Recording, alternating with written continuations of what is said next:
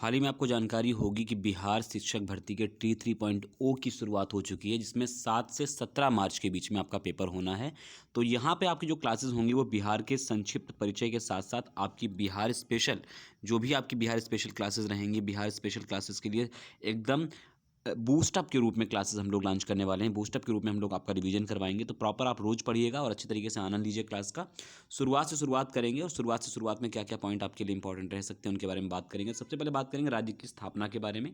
तो बिहार राज्य की स्थापना 22 मार्च 1912 को हो रखी है। इसीलिए कई बार पेपर में आपसे पूछा जाता है कि राज्य का स्थापना दिवस कब मनाया जाता है, तो आप आसानी से बता पाओगे राज्य का स्थापना दिवस भी कब मनाया जाएगा, आपका 22 मार्च को ही मनाया जाता है। क्यों ऐसा? क्योंकि 22 मार्च 1912 को बिहार तथा उड़ीसा के एक संयुक्त प्रांत के गठन की घोषणा करी गई थी। लेकिन जब राज्य का पुनर्गठन आप पढ़ोगे, पुनर्गठन का मतलब दोबारा रिफॉर्मेशन होता है, वो 1 अप्रैल 1936 को आपको देखने को मिलता है। क्यों? क्योंकि उड़ीसा को अलग कर दिया गया, तो उड़ीसा को अलग करके इसे प्रॉपर 1 अप्रैल 1936 को ही स्थापित किया गया था। लेकिन फिर भी 22 मार्च ही अपना बिहार अपना स्थापना दिवस मनाता है, ये बात आपको ध्यान में रखना पड़ेगा। और दूसरी ओर 15 मार्च सन 2000 को एक नए राज्य का गठन किया गया, जिसका नाम था झारखंड, और झारखंड भी कहीं ना कहीं इसी का हिस्सा रहा। किसका? अपने बिहार का। तो ये ध्यान रखना, 15 नवंबर सन 2000 को झारखंड का अलग अलग विभाजन कर दिया गया था, झारखंड को एक अलग राज्य के रूप में संज्ञा दी गई थी। इसके अलावा अगर हम बात करते हैं राजधानी के रूप में, विशेष में बात करते हैं, तो राजधानी इसका क्या रहा? पटना। और आप जानते हो कि पटना पूर्व नाम पाटलिपुत्र, या जब हर्यक वंश आप पढ़ते हो तो हर्यक वंश में आपको पढ़ने को मिलता है कि हर्यक वंशी में ये प्रॉपर पाटलिपुत्र की जानकारी मिलती है। कमेंट बॉक्स में मुझे आप बताइएगा कि पाटलिपुत्र की स्थापना किसके द्वारा करी गई थी, आप बताइएगा। अन्य नाम इसके पुष्पपुर मिलते हैं, कुसुमपुरा मिलते हैं और अजीमाबाद भी मिलते हैं। अगर इसके हाईकोर्ट की बात करते हैं तो हाईकोर्ट इसका पटना के भीतर है। स्थापना वर्ष देखोगे तो 1916 में इसकी स्थापना करी गई, जो कि बाद में स्थापित करी गई थी, ध्यान रखना, ठीक है। जो कि शुरुआत में बम्बई, मद्रास और कलकत्ता, और इसके बाद वर्ष 1866 का अगर आप देखोगे तो आपको देखने को मिलेगा यूपी के अंदर इलाहाबाद हाईकोर्ट स्थापित हुआ था। लेकिन इसके लगभग कई वर्षों बाद, या 50 वर्ष बाद कह सकते हैं, कि आपका स्थापना होती है पटना के आपके हाईकोर्ट की। अब प्रमंडल की बात करते थे। 9 यहाँ पर आपको प्रमंडल देखने को मिलेंगे। मंडल ही हैं, जैसे आपको अलग अलग राज्य पढ़ते हैं तो वहाँ पर मंडल आपसे पूछ रहे थे कि मंडलों की संख्या कितनी है, तो हम कहेंगे 9 मंडल हैं। कौन कौन से मंडल हैं आप देखिएगा? पटना है, मगध है, सारण है, मुंगेर है, दरभंगा है, कोसी है, पूर्णिया है, भागलपुर है और तिरहुत है। यानी कुल मंडलों की संख्या जो है वो कितनी आ गई यहाँ पर? 9, जो कि कई बार परीक्षाओं में लगातार सवाल यहीं से आ जाता है कि बताइए बिहार में मंडलों की संख्या कितनी है। अब हम मौलिक बात करेंगे, जो कि लगातार सवाल यहाँ से बनते रहते हैं कि बिहार में कुल जिलों की संख्या कितनी है। तो बिहार में कुल जिलों की संख्या कितनी है? 38। और वैसे ही पुलिस जिला देखोगे आप तो 44 हैं। अनुमंडल देखोगे 101। मंडल जब आपसे करी गई मंडल कितने हैं, तो हमने इस ऊपर ही देखा कि मंडलों की संख्या कुल कितनी है? 9। मंडल कितने हैं? 9 मंडल हैं यहाँ पर। आगे बात करें सामुदायिक विकास खंड की, बात करते हैं तो सामुदायिक विकास खंड की संख्या कितनी है? 534 है। और वहीं पंचायतों की संख्या अगर देखोगे आप तो पंचायतों की संख्या आपको 8406 दिखाई देगी। आगे बढ़ते हैं, पंचायत समिति अगर देखोगे तो पंचायत समिति की संख्या यहाँ पर कितनी है? 531 है। नगर निगम 19 हैं। नगर परिषद 49 हैं। नगर पंचायत आपको 80 देखने को मिलेंगे। यहाँ से संख्याओं सीधे सवाल आते हैं।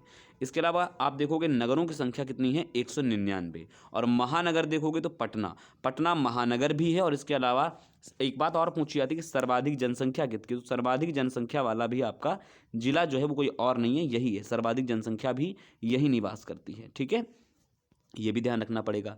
इसके अलावा विधानमंडल अगर आप देखोगे तो बिहार उन राज्यों में से आता है जहां विधानसभा भी है और विधान परिषद भी है। यानी कि आपका विधानमंडल के अंदर द्विसदन आपको देखने को मिलते हैं। ये बात आपको समझ में आ गई होगी। आगे अगर बात करते हैं अन्य पहलुओं पर, तो विधानसभा सदस्यों की कुल संख्या अगर देखोगे, यहाँ से सवाल दोस्त कई परीक्षाओं में बना है कि विधानसभा में कुल सदस्यों की संख्या कितनी है, तो आप कहोगे 243 यहाँ विधानसभा के, और जबकि विधान परिषद के 75। क्योंकि संविधान का नियम है कि हमेशा 1/4 ही हो सकते हैं अधिकतम। तो आप अगर गणना करेंगे तो आपको समझ में आएगा कि लगभग ये 1/4 ही हैं, ठीक है, 1/4 ही औसत है आपका। अब अगर हम इसके अलावा बात करते हैं लोकसभा सीटों की संख्या कितनी है, तो लोकसभा सीटों की संख्या यहाँ पर कितनी है? 40 है।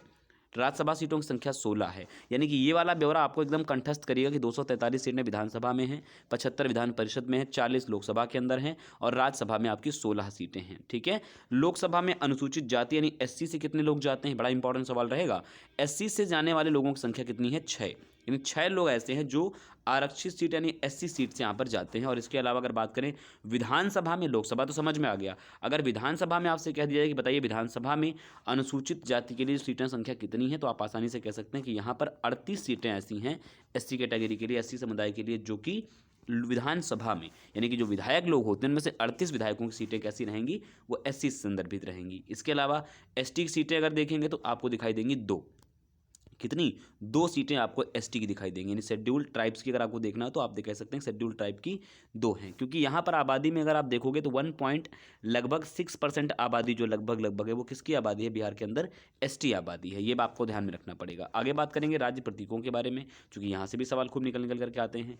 तो हमारे बिहार राज्य की जो राज्य की भाषा है वो है हिंदी, और द्वितीयक भाषा के रूप में इसे उर्दू को दर्जा दिया गया है। वैसे ही राज्य की वृक्ष जो है पीपल, और इसे वैज्ञानिक नाम क्या है, फाइकल रिलीज ओसा। यहाँ पर आप देखेंगे तो आपको कई जगह पर आप पुलिस की वर्दी में देखें तब भी आपको दिखाई देगा। यानी सारी बातें आपको, राज्य की चिन्ह अगर आप देखेंगे तो बोधि वृक्ष है। ये बोधि वृक्ष वही जिसके नीचे महात्मा बुद्ध को ज्ञान प्राप्त हुआ था। आमतौर पर ये पीपल का ही पेड़ होता है, ध्यान रखना, आमतौर पर ये पीपल का ही पेड़ है, लेकिन अलग अलग इसे बोधि वृक्ष कह दिया जाए, जो भी कह दिया जाए। ऐसे ही राजकीय आपका जो पशु है वो बैल है। 2013 से पहले अगर आप देखोगे तो ये रीछ था, भालू की प्रजाति होती है।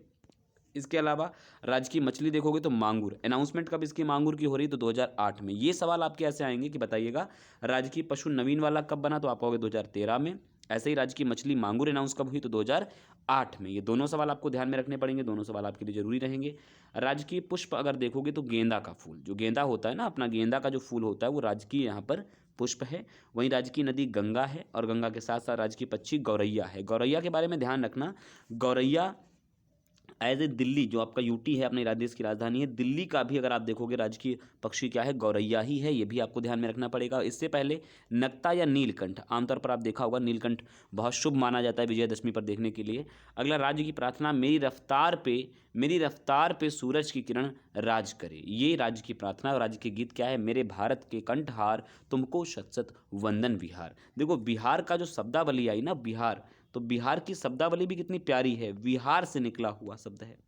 कहाँ से, विहार से निकला हुआ शब्द है। विहार क्या होते हैं, जहाँ पर बौद्ध साधु संत या भिक्षु निवास करते हैं ना, उन्हें कहा जाता है, क्या भिक्षुओं के निवास स्थल को क्या कहा जाता है, विहार कहा जाता है। और इसी आधार पर अपना नाम राज्य का क्या पड़ा, बिहार। कितना प्यारा तरीके से देखो यहाँ पर बिहार का नामकरण किया गया। ठीक है, बातें समझ में आ गई। अब हम बातें करेंगे किसके बारे में, राज्य के अन्य बातों में। तो भौगोलिक अवस्थिति अगर आप देखोगे तो आपको एक बात पता होनी चाहिए कि ये राज्य भी अपना जो बिहार है वो भी किसका हिस्सा है, गोंडवाना लैंड का हिस्सा है। किसका है, गोंडवाना लैंड का हिस्सा है। ये भी आपको ध्यान में रखना पड़ेगा, किस भूमि का हिस्सा है, तो बिहार भी आपका गोंडवाना लैंड का हिस्सा। एक बात तो आपको ये समझनी पड़ेगी। दूसरी बार, इसका अक्षांशीय विस्तार कितना है। देखो अक्षांशीय और देशांतर में अंतर होता है। जो आपके इस प्रकार के आपको दिखाई देंगे ये आपके देशांतर विस्तार होते हैं, यानी कि सीधी सीधी रेखा आपको खिंचाई दिखाई देती है वो देशांतर हैं, और इस प्रकार की जो रेखाएं आपको दिखाई देती हैं उन्हें कहते हैं अक्षांशीय विस्तार। ठीक है, यानी कि हम ये कह सकते हैं कि अगर बिहार राज्य की अवस्थिति बनानी पड़े हमें, तो 27 डिग्री 31 मिनट 15 सेकेंड उत्तरी अक्षांश से शुरुआत होती है,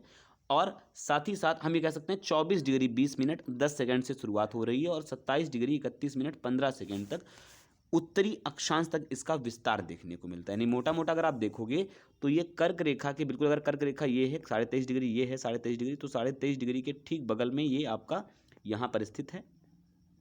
ठीक है, यहाँ से शुरुआत होती है और जाता कहाँ तक है, तो ये 27, यानी यहाँ इसके बीच का जो स्थल स्थायित्व है ना, ये बिहार का है। इसके अलावा देशांतर विस्तार अगर देखोगे तो 83 डिग्री 19 मिनट 50 सेकंड से लेकर के 88 डिग्री 17 सेकंड और 40 मिनट तक इसका विस्तार है। यानी कि यहाँ से इस विस्तार को अगर देखोगे तो यानी कि लगभग शुरू यहाँ से 83 मान लेते हैं, यहाँ शुरू होता है, और ये क्या रहा आपका 88, तो इसके बीच में अवस्थित है। ऐसे आपका अक्षांशीय विस्तार हो गए, और ये वाला विस्तार जो आपको दिखाई दिया वो देशांतर विस्तार हो गया। ठीक है, क्षेत्रफल में अगर आप देखोगे तो क्षेत्रफल में इसका क्षेत्रफल कितना है, 94,163, और ये 94,163 एग्जैक्ट संख्या ऐसे ही याद कर लीजिएगा, पेपर में ऐसे ही पूछेगा। और पूरे राज्य विशेष देखोगे तो 12वां स्थान है पूरे देश में। लंबाई चौड़ाई जरा देख लेते हैं इसकी, जो उत्तर से दक्षिण यानी कि इस छोर से लेकर के इस छोर की आपकी जो कहीं ना कहीं लंबाई है ये वाली, ये कितनी है, तो 345 किलोमीटर है। वहीं अगर पूर्व से लेकर के ईस्ट से वेस्ट की ओर अगर आप देखोगे तो ये चौड़ाई है इसकी, और ये चौड़ाई जो आपकी है वो कितनी है, 483 किलोमीटर है। कितनी है, 483 किलोमीटर, जो पेपर में कई बार पूछा चुका है कि कितनी लंबाई इसकी चौड़ाई है, तो आप आसानी बता पाएंगे। लंबाई 345, चौड़ाई 83। अब समुद्र तल से अगर इसकी औसत ऊंचाई पूछी जाए कितनी है, तो 173 फीट इसकी समुद्र तल से औसत ऊंचाई है। ये सीमा किससे किससे बनाता है, तो ओवरऑल ये कुल एक देश और 3 राज्यों से सीमा बनाता है। कौन कौन से राज्य हैं, एक तो उत्तर प्रदेश है, इसके अलावा उत्तर प्रदेश की बात करें, पश्चिम बंगाल आपको देखने को मिलेगा। पश्चिम बंगाल से इसके 3 जनपद सीमा बनाते हैं। कितने जनपद बनाते हैं, 3 जनपद इसके सीमा बनाते हैं। इसके अलावा अगर हम यूपी से बात करते हैं तो यूपी के 7 जनपद सीमा बनाते हैं। और झारखंड, कमेंट बॉक्स में आप बताइएगा, क्योंकि झारखंड में सर्वाधिक सीमाएं बनाती हैं। कितने, या आप मुझे जरूर आप दीजिए कमेंट बॉक्स में। नेपाल के साथ में भी 7 जनपद ही सीमा बनाते हैं। कितने, 7 जनपद ही बिहार के सीमा बनाते हैं। तो लगभग एक देश और 3 राज्यों के बारे में हमने बात कर ली है। पश्चिम बंगाल के साथ 3 जनपद सीमा बनाते हैं, यूपी के साथ 7, और आपको बताना है कि कुल कितने जनपद झारखंड के साथ सीमा बनाते हैं, और नेपाल के साथ तो 7 मैंने आपको बता ही दिए हैं। आगे बात करेंगे क्षेत्रफल की दृष्टि से सबसे बड़ा जिला, यानी कि एरिया वाइज में सबसे बड़ा जिला कौन आपको दिखाई देगा, तो एरिया वाइज में सबसे बड़ा जिला दिखाई देगा पश्चिमी चंपारण। जो वेस्ट चंपारण है वो सबसे बड़ा है, और शिवहर सबसे छोटा है क्षेत्रफल में। मैंने पहले भी बताया कि पटना जो है वो सबसे बड़ा नगर है। जनसंख्या की दृष्टि से बिहार तीसरे स्थान पर है। किसके किसके बाद में अगर पूछा जाए तो यूपी नंबर 1, इसके बाद महाराष्ट्र, और इसके बाद तीसरे स्थान पर अपना प्यारा बिहार जो है वो जनसंख्या के मामले में सर्वाधिक है, और जनगणत्व में भी बिहार अपना नंबर 1 है। खैर आगे बात करेंगे। अगला, जनगणत्व के दृष्टिकोण से बिहार का पहला स्थान कितना, देखो दे ही रखा है पहला, यही बात हमने बात आपसे करी भी कि अगर जनघनत्व में देखेगा तो बिहार नंबर 1। और सर्वाधिक वर्षा कहाँ पर होती है, तो किशनगंज, जो पश्चिम बंगाल से बॉर्डर एरिया लगता है, किशनगंज। सबसे कम वर्षा कहाँ पर होता है, औरंगाबाद में। सबसे गर्म जिला गया है, और सबसे ठंडा जिला बांका। बांका में ठंडे दिमाग के लोग रहते हैं, और गया में गर्म दिमाग, गा से गर्म, गा से गया, गर्म दिमाग के रहते हैं। सबसे कम वर्षा औरंगाबाद में, चूँकि औरंगजेब के नाम पर नाम है तो ऐसे कह लीजिएगा आपके, औरंगजेब जो है वहाँ पर जहाँ रहता है वहाँ पानी कम है। मैं ये नहीं कह रहा हूँ कि यहाँ औरंगजेब रहता है, दोस्त ध्यान रखना इस बात को। किशनगंज भगवान कृष्ण की नगरी है, इसलिए वहाँ वर्षा होती है। गोवर्धन उठाया तो वर्षा हुआ था ना, तो सर्वाधिक वर्षा कहाँ होती है, किशनगंज के अंदर होती है। आगे देखते हैं, तो सबसे बड़ी सिंचाई परियोजना अगर आपसे पूछ ली जाए तो सबसे बड़ी सिंचाई परियोजना कौन सी है, आप कहोगे सबसे बड़ी सिंचाई परियोजना आपकी गंडक परियोजना है। और जलवायु कैसी है, मानसूनी है। यहाँ भी आपको अगर देखने को मिलेगा तो बे ऑफ बंगाल से जो खाड़ी शाखा है यहाँ से ज़्यादा आपको दिखाई देगी। क्या, बे ऑफ बंगाल क्षेत्र से आपको सर्वाधिक वर्षा दिखाई देती है। तो दोनों बातें मैंने कर ली हैं, मौलिक बातें जितनी बिहार के संदर्भित ढंग से रह सकती हैं वो मैंने बातें आपको बताई। उम्मीद है आप इस वीडियो से काफ़ी कुछ सीखेंगे। साथ ही साथ अगर कोई डाउट, कोई सवाल, कोई जवाब आपका रहे तो नीचे कमेंट बॉक्स में बता सकते हैं। अपने चैनल को सब्सक्राइब करना ना भूलें, बने रहें हमारे साथ। नमस्ते, वंदे मातरम, जय हिंद।